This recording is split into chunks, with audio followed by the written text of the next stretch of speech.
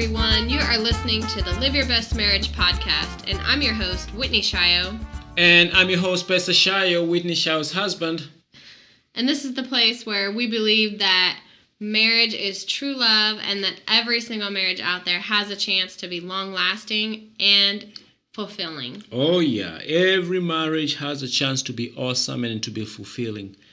And here at Live Your Best Marriage, we love to bring that message out there because you might be living in your marriage and think that there's no hope for you, but there's hope for everybody.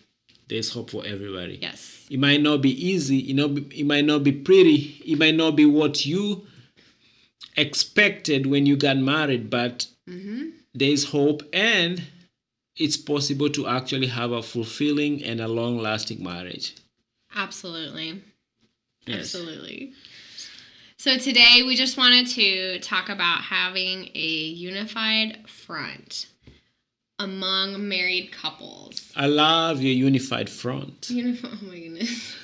So what we mean by that is we just want to stress how important it is for a husband and wife to actually not only be on the same page and just always remember they're on the same team, but to actually look like it.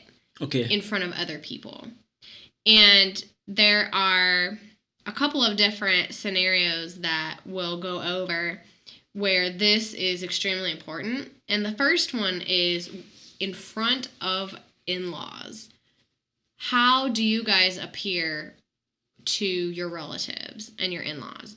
Is it obvious that you guys are madly in love, you're on the same page, you are going to share in your decision making, or is it easy for people to come between you?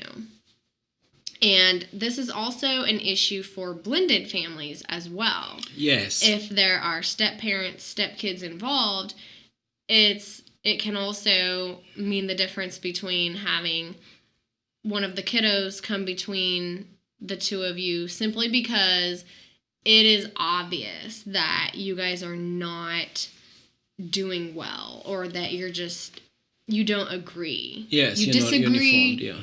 And we're not saying that you'll never disagree, but when you're in a room full of people, just for the sake of your marriage, let's agree in public and then disagree in private. Okay. So what I mean by that is Pesa can say something at the dinner table at a holiday gathering, and I'm just like, okay, no way, there's no way we're doing that. That is not right. Not happening. But I'm not gonna go against him 100% in front of everybody.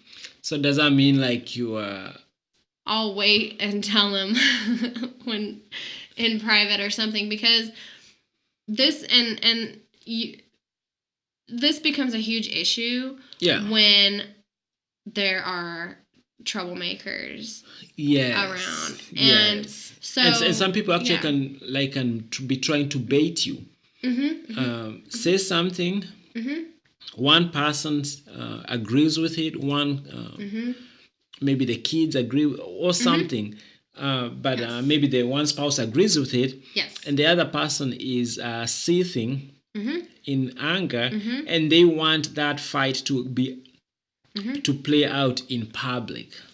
Right. Yes. So, for example, we've talked about this before. When you're at a holiday gathering with your relatives,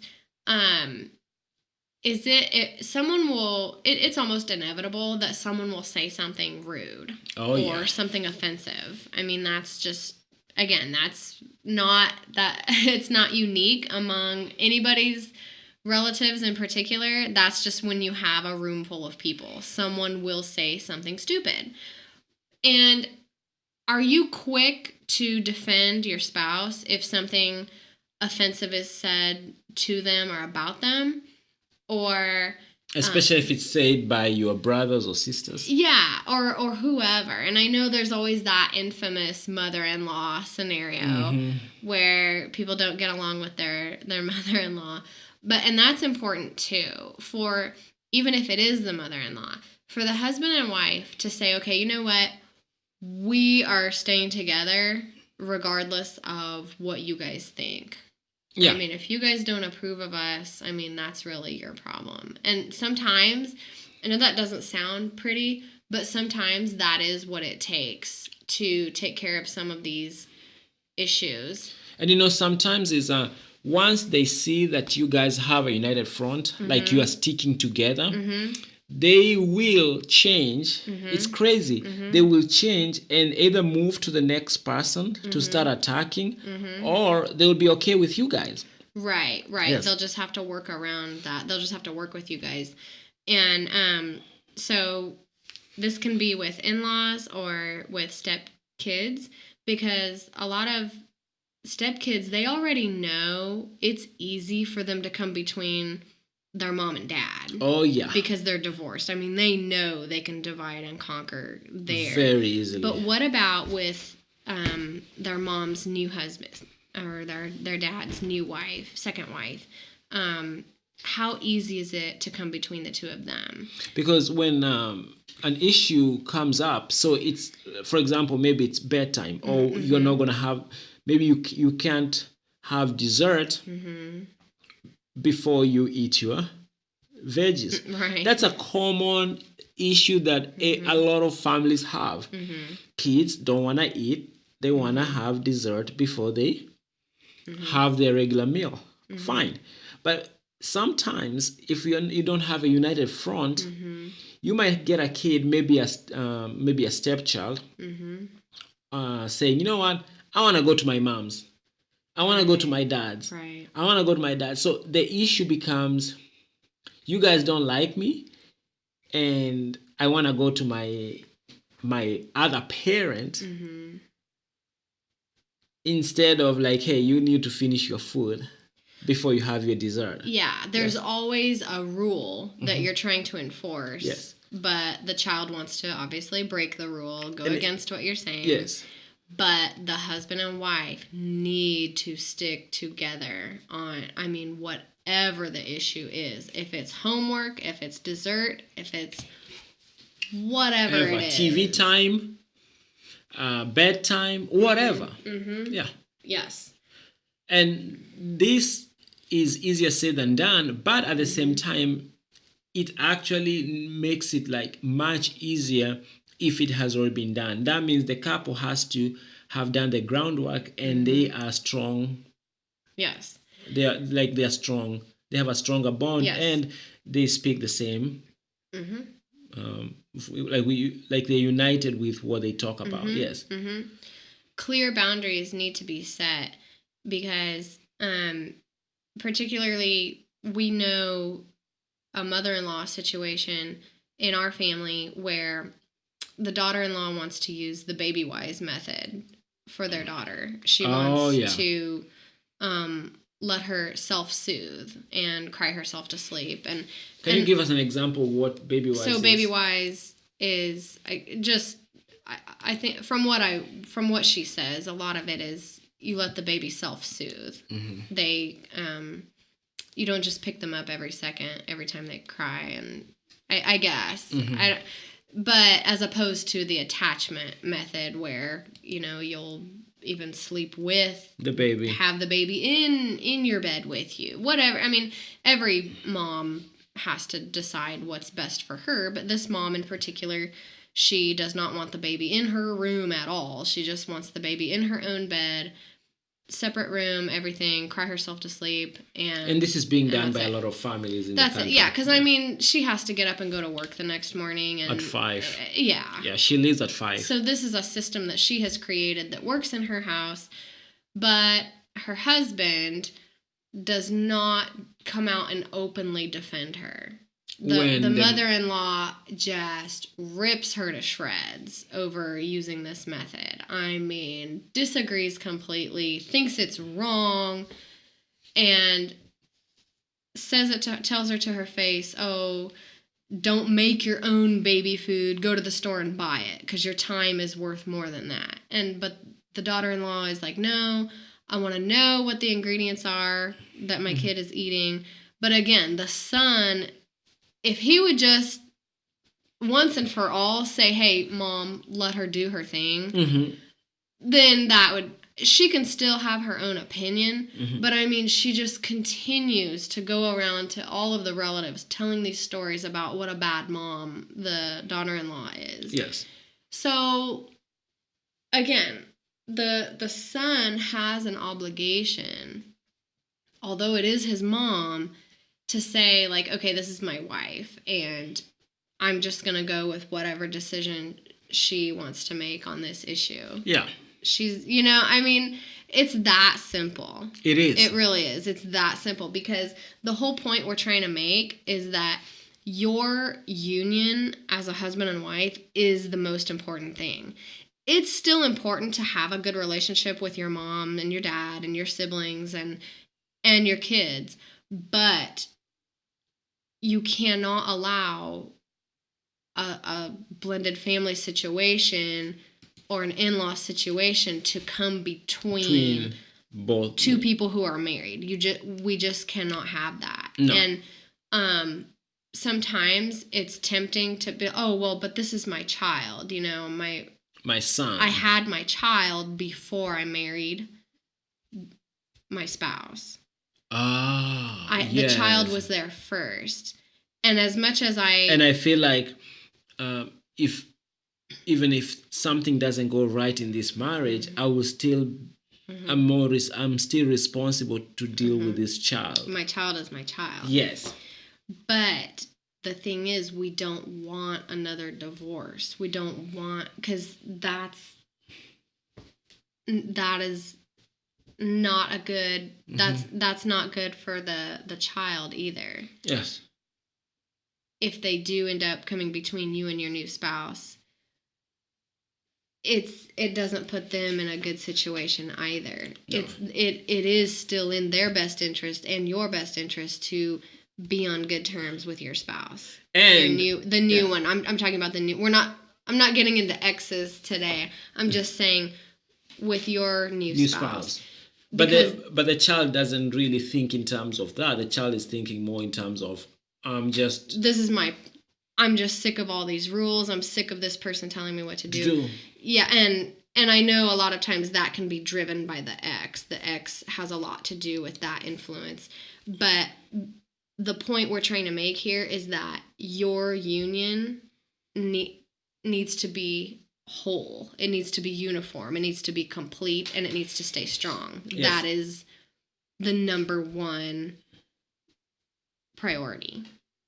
Yes. That is just, I mean, you can't have a happy house if mom and dad aren't happy with each other. And you can't have a happy house if mom and dad are not speaking with the same voice. They are not on the same page, especially when they're dealing with children, they're dealing with in-laws, they're dealing with any other person. You're absolutely right. The message from the couple needs to be the same, and it needs to be consistent. And what's funny is, this might seem like way out there. It's like, I need to speak my mind. But even when you go to corporate America or like a company, they make it very clear that their messaging is very unified.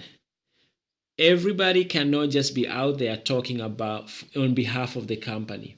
They have the PR department, and somebody from the PR, they have a spokesman who is responsible to deliver the message. And they go way above and beyond to make sure that the message is unified. That does not mean they don't have issues going on in the company. Yes. But to the outside, they want to make sure that the message is very unified. And this is where we stand.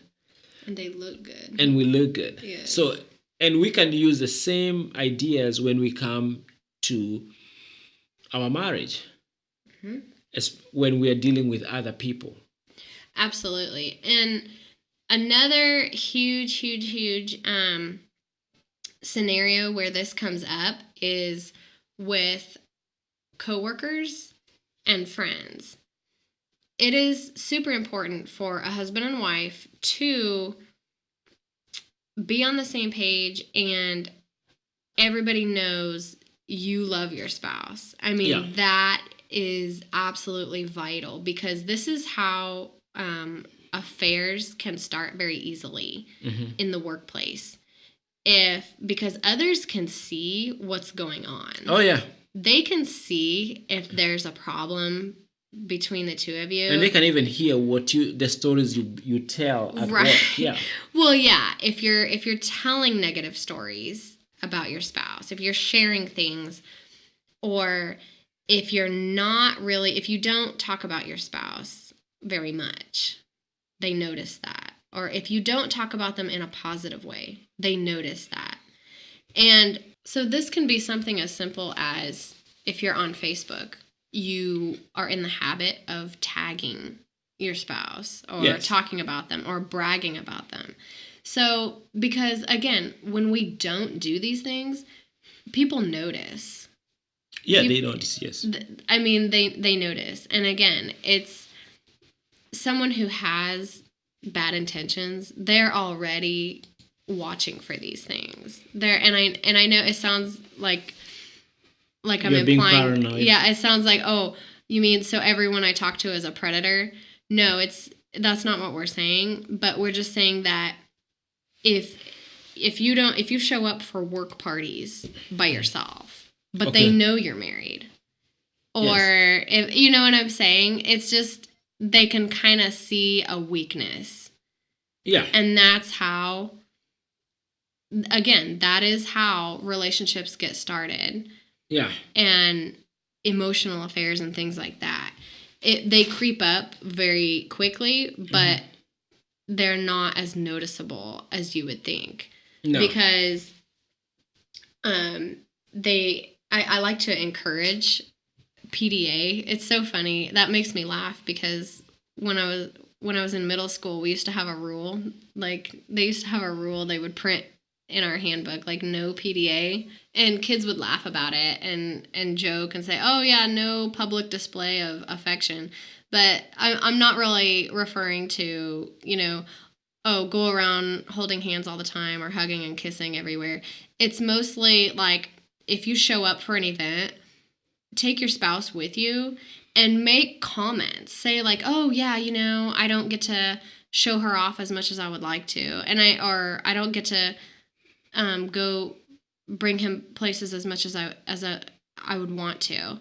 Things like that, and just brag on them every chance you get, because it just, again, it reinforces the fact that you guys are very strong, and you're on the same page, and you have that unified front. It's a really great way to safeguard your marriage, because it can become an issue. Like, if one spouse stays at home and the other one goes to work, you don't know who they're around the whole day. Oh, you don't. It can bring up insecurities, but also it really can be an issue, even if you both work in separate places. You're spending time with a lot of other people other than each other. Yes, and sometimes you actually spend more time. Yeah, you might even spend more time with other people than you do together. And so that can really, really be a major issue. But if you have the idea of just safeguarding, if you have that up front and you're ready for it, can really help you when someone really does try to be weird and come between the two of you. Whether it's an in-law, if it's a stepchild, if it's a coworker. So you definitely gotta.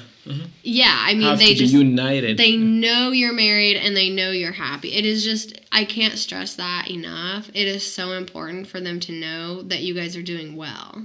Now, do you think some people might be doing this without even having that intention to come in between you, if you guys are not united?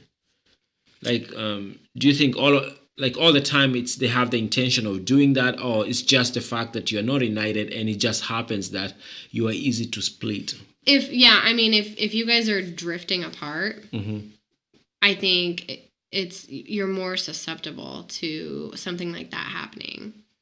You don't have that closeness. You don't. But still, I mean, I think that for a lot of people, even they know someone is married, but they'll still try. Oh yeah. I mean, there was a pastor's wife who shared a Facebook account with him. Oh, they had the same account. Yeah, they had a joint account, and so they shared the password, shared everything, and she logged in one day, and he was also logged in. I guess she was at home and he was somewhere else. So what was the name on the account? I don't know what the name. I don't know. I'm just assuming it was something shared, but I mean, everybody knew that they were married. So as she logged in, he was already in the account typing a message to a lady, and she hadn't noticed it before, but when she found it, she found like all these huge paragraphs of him talking to this woman who was really distraught, and I guess she was going through a tough time. And as a pastor, he just thought he was comforting this lady. Oh, okay. But the messages were becoming weirder and weirder. Like, she was telling him a lot of emotional problems that she was dealing with, and then she said, "I love you," and he's like, "I love you too. Everything will be okay." And so the wife just like totally, flew off the handle. She's like, "Oh my gosh, you cannot use those words." So he was saying "I love you too" in terms of like the way you will say "I love you too." Yeah. So when she confronted him about it, he was like, "I just thought I was helping." He's like, so, but the wife. So there was no affair. No, I guess not. I guess there was no affair, but I think it's kind of obvious that it was headed down a road that would, lead to something eventually, because so the wife was explaining to her husband, who's a pastor, she's like, you can't get sucked into her life. You can't let her tell you that many things, and then you're there to comfort her and expect that she's not going to come between us. So that, so I don't know, honestly. There was something that made this other woman think that, hey, okay, I know he's married, but I can still talk to him. I can still get emotional support from him. Mm-hmm. There was just something that made her feel totally okay reaching out to this guy. So I don't know. Are there things that he could have done to up front to show that, okay, he's really, really, really close with his wife, and no one should... I don't know. So I think he should just not have kept texting her on Facebook. Right. So, and I think that his wife brought up a really good point when she said, okay, when you start listening to their problems that much, you're getting sucked in to their life. Honestly, that's how emotional affairs start. But did you read on the news where the vice president, what's his name, Pence? Mm-hmm. He said that he can't go anywhere, like to an event, mm-hmm. like to a restaurant and stuff like that, with other women if his wife wasn't there or something like that. Yes, What do you think of that? I heard about that, and I know he was heavily criticized for that, but I commend him because it sounds like he came up with his own plan to safeguard his marriage. Yes. That's how I viewed it. Me too. Yeah. I just looked at it like, okay, he values his wife. His marriage is obviously very precious to him, and he wants to keep it that way. Just keep it that way. And there's also there's no reason why there's nothing wrong with your wife being there. Yeah, absolutely. And so I just looked at it in terms of he's setting up boundaries to keep his marriage safe. Yes. That's how I thought of it. That reminds me of when I was working in the hospital, when like I'm doing an exam on a lady. To protect myself and to protect the patient, I have to have, we used to call it a chaperone.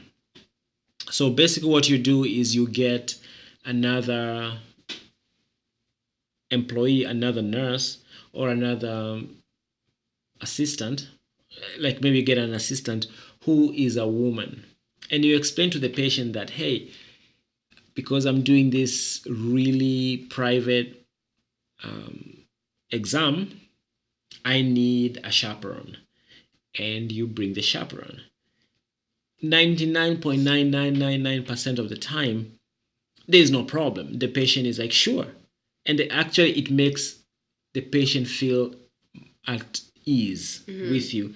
But in a way, you have, so there's somebody who's there as a third party, and they are also there to advocate for the patient and make sure that nothing wrong is going on. Having another lady there helps her feel more comfortable. Way comfortable. But also, if there's an accusation that comes up later, you had another employee there. Another employee with me. With you. To making sure everything went okay. Now, somebody can say, oh, whoa, wait a minute. She doesn't trust you? Are you saying she doesn't trust you? Are you just assuming that she will make an accusation? Are you just assuming that because you're a man, the lady will feel violated because you're doing the exam? But this is the world we live in, and I'm sure there's another world where maybe all those things don't matter. But in the world we live in, accusations are made. In the world we live in, people feel violated. In the world we live in, some people don't feel safe having a man doing the exam. Thinking in terms of that, you'll say, okay, no, I need to bring a chaperone here. And that's in the medical field. So in the marriage field, some people might say, oh, so you mean just because you're having lunch with a lady, that means it has something to do with... That means you're crossing a line? And the thing is, again, in a perfect world, those things don't really matter. But in the world we live in, and just from the history of these things, people actually cross the lines. We've had high-end politicians who have broken their marriage vows because of these issues, which started as very, very innocent. So I think I agree with Pence when it comes to this situation that, hey, better be safe than sorry, and there's nothing wrong with bringing your wife to an event. And we don't even have to get into what happened with the whole Bill O'Reilly scandal. I mean, a woman was showing up for a business meeting. Yes. And then it's like, whoa, what? What do you want? It's like, and so, I mean, those things. He could be going with his wife. Is he married? I thought he was. I don't know. I thought he was. He looks like married. He looks like married, like his whatever. But anyway, those cases are a little bit more extreme, and they might even be more common than we think. But even if we're just dealing with the everyday interactions with people, it is still extremely important to it's better to safeguard. Yeah. Really, it's better to have that, not only be happy, you're happy at home, but when you're out with people, it's obvious you are very happy. You are very happily married. Yes. That can save so much trouble. It's not even funny. Yes. It can help your spouse feel more secure. Oh, yeah. It can help you feel more secure, but also in a way, it just keeps your bond stronger. Oh, yeah. Don't let someone else come between the two of you. Oh, yeah. It's because the bond that the two of you share is far more precious than any friendship or any other relationship that you have with anyone else that you deal with. Yes. And that is the truth. So it needs to stay number one. And again, if you decided to spend the rest of your life with this with your wife or your husband, these are some of the things you can do to protect it. Mm-hmm. That way you can be able to protect the relationship, so you can be able to spend the rest of your life with this person. Mm-hmm. Yes. And what's interesting is last night Pesa and I just rented a movie, and this scenario played out.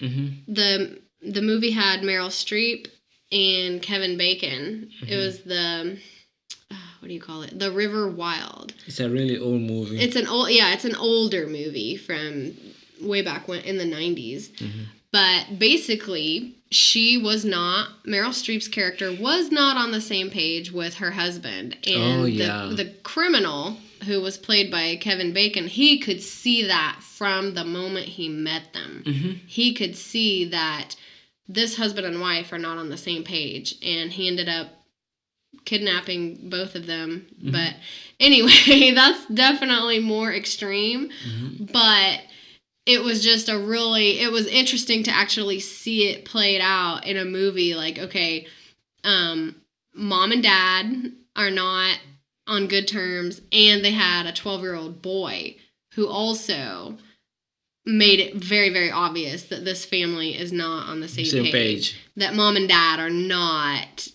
agreeing. And it almost cost them their lives. Yes. So it was anyway, that's an interesting movie, but that's obviously extreme.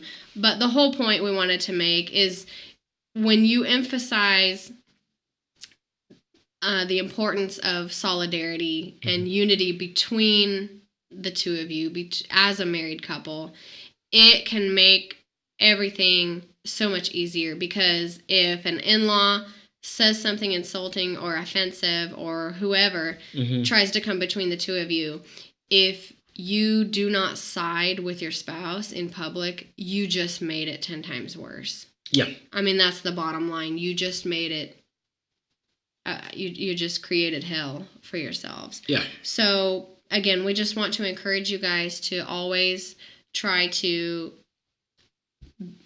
have unity and also show unity. Have unity and show unity, and make sure that put boundaries have boundaries in your marriage. Yeah. So, folks, we had a blast talking about this issue, and we are really enjoying having this podcast. You can always leave comments at Twitter. I'm at Pesa Shayo, and my wife is at Whitney Shayo. And you can always subscribe to the podcast at iTunes, so that you never will have to miss any of these. Thanks so much, and we'll be back next week. Okay, bye. Are you tired of being upset, lonely, feeling empty, or just plain frustrated with your marriage? And no matter how hard you try, you're not getting anywhere, just going in circles? No matter how much you try to make time for one another in your schedule, or how many times you say, "I'm sorry," Pesa and I have put together 99 ideas to help you connect with that one special person, so that things can start to be more like the way they were before everyday life got in the way and caused the two of you to drift apart. We want you to have 99 ways to show love to your spouse, absolutely free. You can find it at 99waystoshowlovetoyourspouse.com. Because here at Live Your Best Marriage, we truly hope that the two of you can move closer together and enjoy the connection that comes from achieving a stronger bond. Again, that's 99waystoshowlovetoyourspouse.com. That's the number 99waystoshowlovetoyourspouse.com.